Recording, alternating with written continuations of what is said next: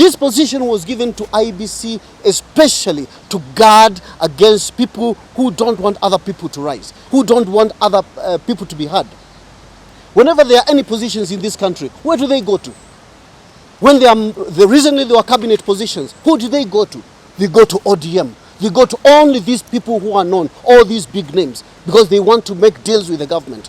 The smaller parties who represent the majority are nowhere in the equation. So, ladies and gentlemen, good morning. My name is Augustus Muli. Najua most of you hawanijui. I'm a new face to a lot of you. I'm the party leader of National Liberal Party. This is what one of zile zinaitwa small parties. But I want to say that hapa Kenya hakuna small party. All parties are equal. All parties go through the same compliance rules. We have to be compliant. The same way Azimio, ODM has to be compliant is the same way National Liberal Party has to be compliant. So all these parties, we form what we call Political Parties Liaison Committee, PPLC. So each party is represented in PPLC by 2 people. So in the new act, the IEBC Amendment Act 2024, this organization, PPLC, was given 3 slots to choose people who will be sitting in the IEBC selection panel. So PPLC, from all its members, to choose 3 people to represent the PPLC at the selection panel. So on Friday, the whole team congregated in Machakos for that election.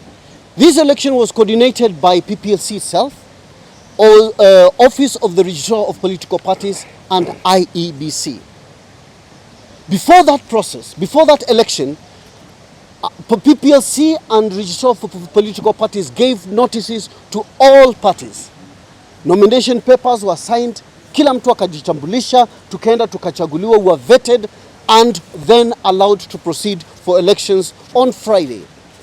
In that election, where I was a candidate, I was in the minority coalition, which is Azimio coalition.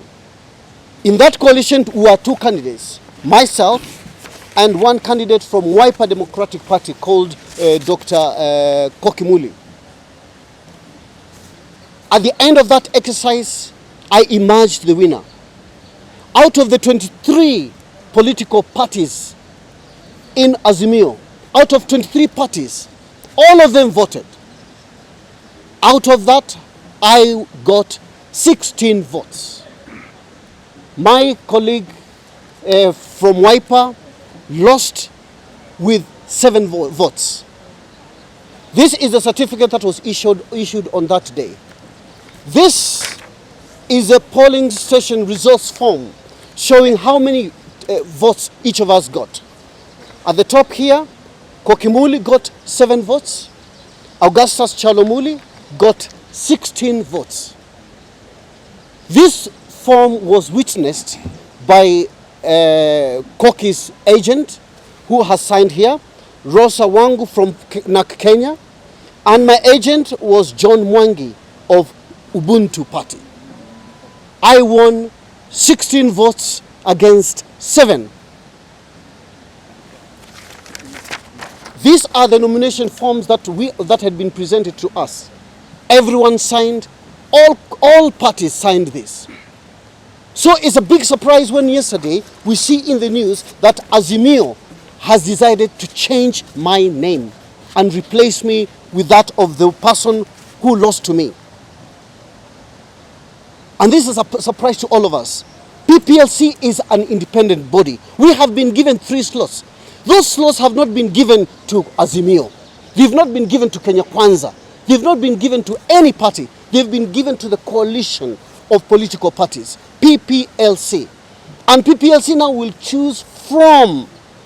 The law does not ask Azimio to choose for them, for PPLC. And PPLC members chose me. And I've got all the documents to show that. Now, what we see yesterday is what we call highest impunity, corruption, where one Junet Mohammed and the Wiper Party, led by Kalonzo Musyoka, purport to talk for the majority of Kenyans. They cannot go against the rule of law. The law was in place. I won fair and square. 16 votes against 7 votes. You can't beat that. You can't cheat that. There is nothing you can do about that. If they felt aggrieved, the law is very clear. They could easily have gone to court. But you don't come and show us that you are the big person, that NLP is a small party and can be thrown around. They even say that we are non-parliamentary. PPLC was created especially for the non-parliamentary parties. It was created especially for the parties that are not represented in the parliament. Because in parliament, there are 2 slots for majority and minority. One has gone to ODM and another one has gone to Kenya Kwanza. So this position at PPLC is for all the 90 parties. And those parties have chosen me. They haven't chosen anybody from Wiper. They have chosen me. So for Wiper now to come and say, oh, we are the bigger party, we deserve this position, that is impunity, that is corruption, that is illegal, and that is a fraud. The same people have gone around and forged our signatures to say that we took part in an exercise organized by Azimio. And that is wrong, that is fake, that is lying. These are the people who we expect to be running for president in 2027, and here they are lying. We are trying to change this country. We are choosing people in the selection panel who we choose men and women of integrity to be IEBC commissioners. When you start lying to the country like that, when you start forging other people's signatures and saying that they took part in your exercise, what integrity is that? These are the people who we are saying we are going to get rid of in this country. We don't want liars in this country. We want people of integrity who will stand with the truth in Kenya. The truth is that I want this fair and square. Let them eat that. Let them accept that. And let this country develop. This country is not made for the same old leaders. The same people who've been in authority, in power all these years, they want to cling onto it. But we are saying no. The people have chosen me.